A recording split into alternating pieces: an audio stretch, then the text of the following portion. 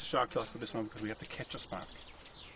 But when I get the spark on this, I think I'm going to cut my shark cloth down and then I'm going to put it back in my box, okay?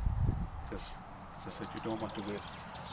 So I'm going to use a few.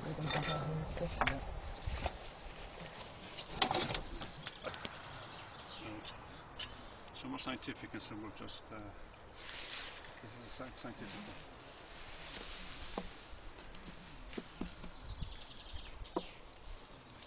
Okay, now when you have, this is a piece of limestone. Now, I need to pick this up outside in my field. Okay, this is also a piece of granite, which I picked up in the same field. Okay, so there's nothing special about them. Is that all right? Mm-hmm. Good field. We understand what the shark cloth is at this stage. A bad field.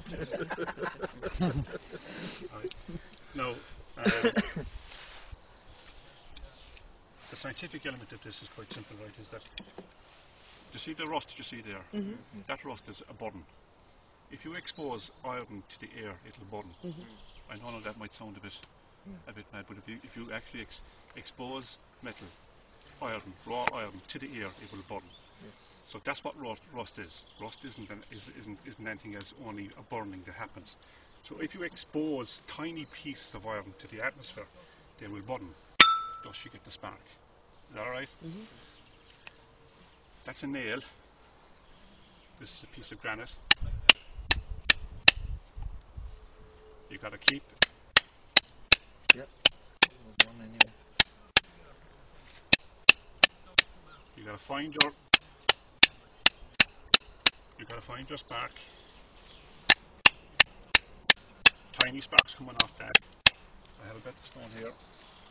So you can also, you can vary it to find which stone will be the best.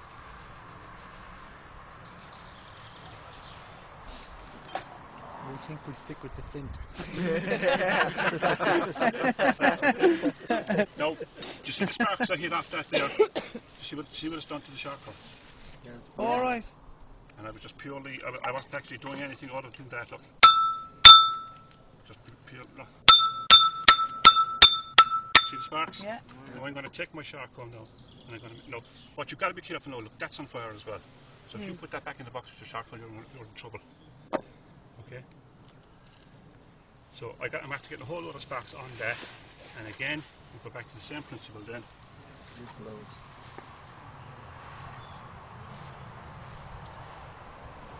Or less.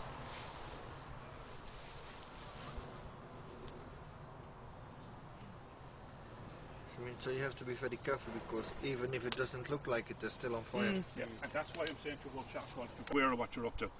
You're trying to direct the spark into something like that, so you're trying to, you'll keep moving around and you'll, because the sparks are going to jump anyway, you can't control them. But if you get a little move in the stone and kind of direct the spark as best you can towards your charcoal, that's why you use a nice piece of charcoal. But you've got to segregate the charcoal out because you do not want to waste it. Is that okay? Yeah. I'm going to keep emphasising that enough next door. You're going to give out about it, but it is a material that you just want to keep. All right. So if you can try that, if you believe you need glasses. I got it. Yeah. Okay. Excellent. It doesn't take a lot of. Lisa. Try to come on. And don't ever give up in the stone either, because there's always you got one there, yeah? Of making fire. And this takes a lot of practice. And you might go from some of your scouts, because I do this every year in the shield. Just to get them, trying to introduce some small bit of bushcraft. For the shield, sorry, the shield, is it part of the competition? Is it? It's part of it's a base on the shield. Yeah. So they get points for it and that kind of thing? Indeed, yeah. All right. We'll do the same thing with everything you've seen up there as well, will be on the shield as well. Hopefully, if they all do what they're told. This is the sycamore. This is also sycamore. You can do it with ash, you can do it with black thorn, enormous amount of trees that I've tried and done, and you can cross-pollinate them as well. You can do ash, sycamore, whatever. It takes a lot of practice, and you really need to be dedicated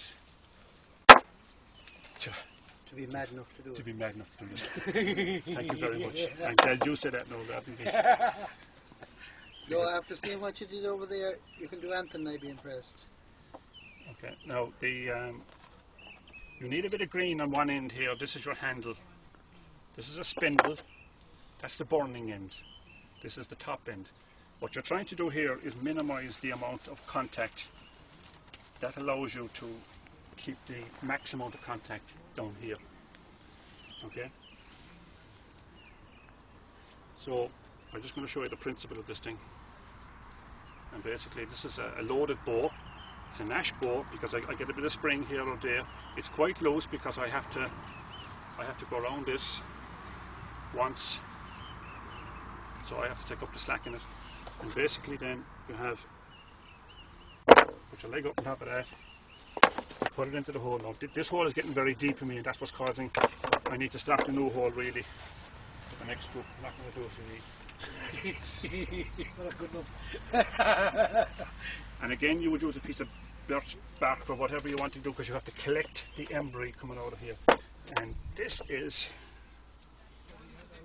as I said to you, the most traditional way of making Could you put fire. a bit of shark cloth in there as well? Or You could, but I wouldn't do. I've never done it. Because this is the tradition. Okay.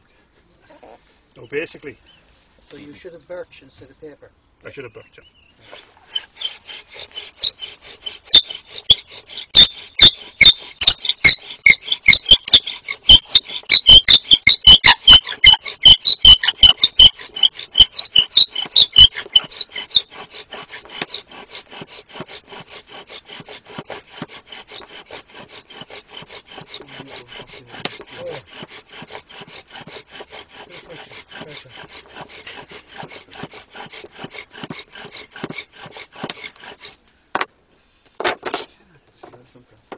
no way you take your coat off now.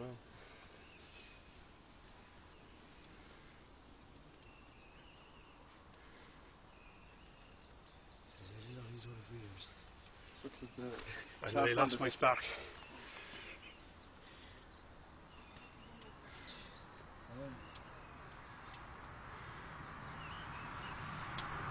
See it? Yep. Yeah. What you don't do is lose your spark. That's the principle of it, okay?